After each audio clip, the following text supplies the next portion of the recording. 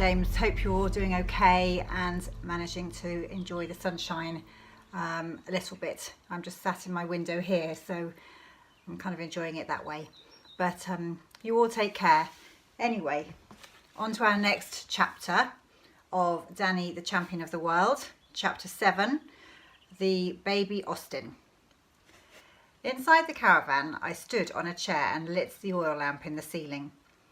I had some weekend homework to do, and this was as good a time as any to do it. I laid my books out on the table and sat down, but I found it impossible to keep my mind on my work. The clock said 7:30. This was the twilight time. He would have been there by now. I pictured him in his old navy blue sweater and peaked cap, walking soft-footed up the track towards the wood. He told me he wore the sweater because the navy blue hardly showed up at all in the dark. Black was even better, he said, but he didn't have a black one, and navy blue was next best. The peaked cap was important too, he explained, because the peak cast a shadow over one's face. Just about now he would be wriggling through the hedge and entering the wood.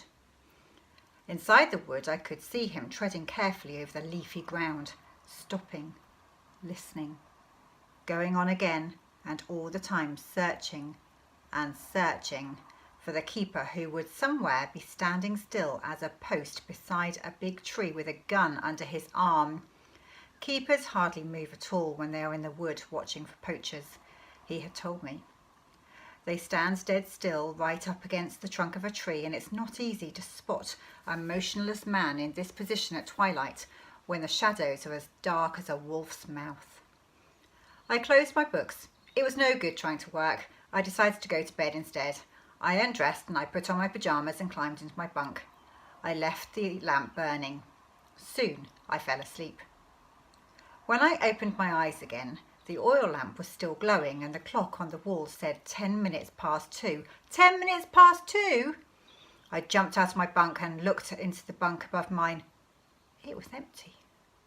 He had promised that he would be home by 10:30 at the latest, and he never broke his promises. He was nearly 4 hours overdue. At that moment, a frightful sense of doom came over me. Something really bad had happened to him this time. I felt quite certain of it. Hold on, I told myself. Don't get panicky. Last week you got yourself all panicky and you made a bit of a fool of yourself. Yes, but last week was a different thing altogether. He made no promises to me last week. This time he said, "Promise I'll be back by 10:30. Those were his exact words. And he never, absolutely never, broke a promise. I looked again at the clock. He had left the caravan at 6, which meant he had been gone over 8 hours. It took me 2 seconds to decide what to do. Very quickly, I stripped off my pyjamas and put on my t-shirt and my jeans. Perhaps the keepers had shot him so badly he couldn't walk. I pulled my sweater over my head. It was neither navy blue nor black. It was a sort of pale brown. It would have to do. Perhaps he was lying in the wood, bleeding to death. My sneakers were the wrong colour too. They were white. But they were also a bit dirty, and that took a lot of the whiteness away. How long would it take me to get to the wood? An hour and a half? Less if I ran all the way, but not much less. As I bent down to tie the laces, I noticed my hands were shaking, and my stomach had that awful prickly feeling, as though it was full of small needles. I ran down the steps of the caravan, across to the workshop to get a torch. A torch is a good companion when you are alone outdoors at night, and I wanted it with me. I grabbed the torch and went out of the workshop. I paused for a moment beside the pumps. The moon had long since disappeared, but the sky was clear and a great mass of stars were wheeling above my head. There was no wind at all, no sound of any kind. To my right, going away into the blackness of the countryside, lay the lonely road that led to the dangerous wood. 6.5 miles. Thank heavens I knew the way. But it was going to be a long, hard slog. I must try to keep a good, steady pace and not run myself to a standstill in the first mile. At that point, a wild and marvellous idea came to me. Why shouldn't I go in the baby Austin? I really did know how to drive. My father had always allowed me to move cars around when they came in for a repair. He let me drive them into the workshop and back them out again afterwards, and sometimes I drove one of them slowly around the pumps in the first gear. I loved doing it, and I would get there much quicker if I went by car. This was an emergency. If he was wounded and bleeding badly, then every minute counted. I had never driven on the road, but I would surely not meet any other cars at this time of night. I would go very slowly and keep close into the hedge on the proper side. I went back to the workshop and switched on the light. I opened the double doors. I got into the driver's seat of the baby Austin. I turned on the ignition key. I pulled out the choke. I put the starter button and pressed it. The motor coughed once and then it started. Now for the lights. There was a switch on the dashboard and I turned it to the S for side lights only. The side lights came on. I felt for the clutch pedal with my toe. I was just about reach it, but I had to point my toe if I wanted to press it all the way down. I pressed it down. Then I slipped the gear lever into reverse. Slowly I backed the car out of the workshop. I left her ticking over and went back to switch off the workshop light. It was better to keep everything looking as normal as possible. The filling station was in darkness now, apart from a dim light coming from the caravan where the little oil lamp was still burning. I decided to leave that on. I got back into the car. I closed the door. The side lights were so dim I hardly knew that they were there. I switched on the headlamps. That was better. I searched for the dipper in my foot. I found it. I tried it, and it worked. I put the headlamps on full. If I met another car, I must remember to dip them, although actually they weren't bright enough to dazzle a cockroach. They didn't give any more light than a couple of good torches. I pressed down the clutch pedal again and pushed the gear lever into first. That was it. My heart was thumping so fiercely I could hear it in my throat. 10 yards away, I lay in the main road. It was as dark as doomsday. I released the clutch very slowly. At the same time, I pressed down just a fraction of an inch on the accelerator with my right toe. And stealthily, oh, most wonderfully, the little car began to lean forward and steal into motion. I pressed a shade harder on the accelerator. We crept out of the filling station onto the dark, deserted road. I will not pretend I was not petrified. I was. But mixed in with the awful fear was a glorious feeling of excitement. Most of the really exciting things we do in our lives scare us to death. They wouldn't be exciting if they didn't. I sat very stiff and upright in my seat, gripping the steering wheel tight with both hands.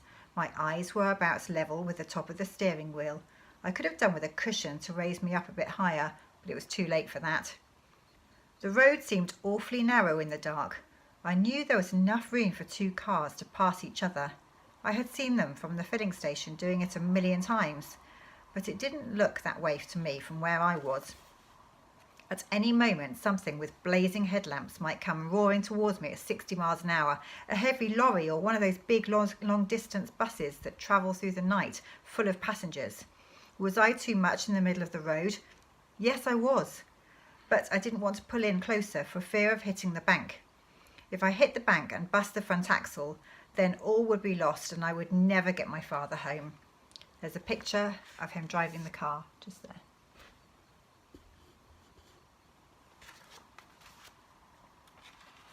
The motor was beginning to rattle and shake. I was still in the first gear. It was vital to change up into second, otherwise the engine would get too hot. I knew how the change was done, but I'd never actually tried doing it. Around the filling station, I had always stayed in first gear. Well, here goes. I eased my foot off the accelerator. I pressed the clutch down and held it there. I found the gear lever and pulled it straight back from first into second. I released the clutch and pressed on the accelerator. The little car leapt forward as though it had been stung. We were in second gear. What speed were we doing? I glanced at the speedometer. It was lit up very faintly, but I was able to read it. It said 15 miles an hour. Good. That was quite fast enough. I would stay in second gear. I started to figure out how long it would take me to do 6 miles travelling at 15 miles an hour. At 60 miles an hour, 6 miles would take 6 minutes. At 30, it would take twice as long, 12 minutes. At 15, it would take twice as long again, 24 minutes. I kept going. I knew every bit of road, every curve, every little rise and dip. Once a fox flashed out of the hedge in front of me and ran across the road with his long bushy tail streaming out behind him. I saw him clearly in the glow of my headlamps. His fur was red-brown and he had a white muzzle. It was a thrilling sight. I began to worry about the motor. I knew very well it would be certain to overheat if I drove for too long in either first or second gear. I was in second. I must now change up to third. I took a deep breath and grasped the gear lever again. Foot off the accelerator, clutch in, gear lever up and across and up again, clutch out. I had done it. I pressed down on the accelerator. The speedometer crept up to 30. I gripped the wheel very tight with both hands and stayed in the middle of the road. At this rate, I would soon be there. Hazel's Wood was not on the main road. To reach it, you had to turn left through a gap in the hedge and go uphill over a bumpy track for about 1/4 of a mile. If the ground had been wet, there would have been no hope of getting a car in there, but there hadn't been any rain for a week and the ground would surely be hard and dry. I figured I must be getting pretty close to the turning place now. I must watch out for it carefully. It would be easy to miss it. There was no gate or anything else to indicate where it was. It was simply a small gap in the hedge, just wide enough to allow farm tractors to go through. Suddenly, far ahead of me, just below the rim of the night sky, I saw a splash of yellow light. I watched it, trembling. This was something I had been dreading all along. Very quickly, the light got brighter and brighter and nearer, and in a few seconds it took shape and became the long white beam of headlamps from a car rushing towards me. My turning place must be very close now. I was desperate to reach it and swing off the road before that monster reached me. I pressed my foot hard down for more speed. The little engine roared. The speedometer needle went from 30 to 35 and then to 40. But the other car was closing in fast. Its headlamps were like 2 dazzling white eyes. They grew bigger and bigger, and suddenly the whole road in front of me was lit up as clear as daylight, and swish! The thing went past me like a bullet. It was so close I felt the wind of it through my open window, and in that tiny fraction of a second, when the two of us were alongside the other, I caught a glimpse of its white painted body, and I knew it was the police. I didn't dare look round to see if they were stopping and coming back after me. I was certain they would stop. Any policeman in the world would stop if they suddenly passed a boy in a tiny car, chugging along a lonely road at 2:30 in the morning. My only thought was to get away, to escape, to vanish, though heaven knows how I was going to do that. I pressed my foot a little harder on the accelerator. Then all at once I saw in my own dim headlamps the tiny gap in the hedge on the left-hand side. There wasn't time to brake or slow down, so I just yanked the wheel hard left and prayed. The little car swerved violently off the road, leapt through the gap, hit the rising ground, bounced high in the air, and then skidded round sideways behind the hedge and stopped. The first thing I did was switch off all my lights. I am not quite sure what made me do this, except that I knew I must hide, and I knew that if you are hiding from someone in the dark, you don't shine lights all over the place to show where you are. I sat very still in my dark car. The hedge was thick, and I couldn't see through it. The car had bounced and skidded sideways in such a way that it was now right off the track. It was behind a hedge and in a sort of field. It was facing back towards the filling station, tucked in very close to the hedge. I could hear the police car. It had pulled up about 50 yards down the road, and now it was backing and turning. The road was far too narrow for it to turn round in one go. Then the roar from the motor got louder, and he came back fast with his engine revving and headlamps blazing. He flashed past the place where I was hiding and raced into the night. That meant the policeman had not seen me swing off the road, but he was certain to come back again looking for me, and if he came back slowly enough, he would probably see the gap. He would stop and get out of his car. He would walk through the gap, and he would look behind the hedge, and then his torch would shine in my face, and what would he say? "What's going on, Sonny? What's the big idea? Where do you think you're going? Whose car is this? Where do you live? Where are your parents?" He would make me go back with him to the police station, and in the end they would get the whole story out of me, and my father would be ruined. I sat as quiet as a mouse, and I waited. I waited for a long time. Then I heard the sound of the motor coming back again in my direction. It was making a terrific noise. He was going flat out. He whizzed past me like a rocket. The way he was gunning that motor told me that he was a very angry man. He must have been very puzzled too. Perhaps he was thinking he had seen a ghost boy driving a ghost car. I waited to see if he would come back again. He didn't come. I switched on my lights. I pressed the starter. She started at once. But what about the wheels and the chassis? I felt sure something must have got broken when she jumped off the road onto the cart track. I put her into gear and very gently began to ease her forward. I listened carefully for horrid noises.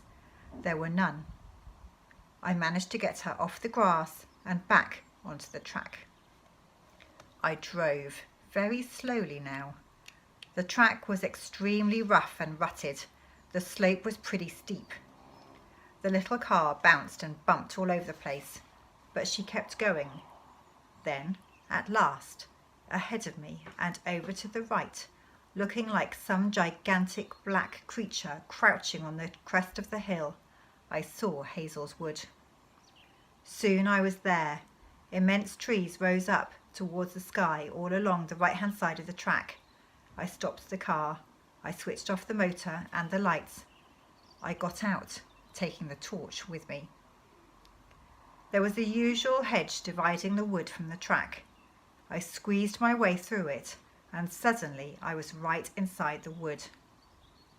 When I looked up, the trees had closed in above my head like a prison roof, and I couldn't see the smallest patch of sky or a single star. I couldn't see anything at all. The darkness was so solid around me I could almost touch it. "Dad!" I called out. "Dad, are you there?" My small high voice echoed through the forest and faded away. I listened for an answer, but none came. And that's the end of chapter 7. Bye-bye.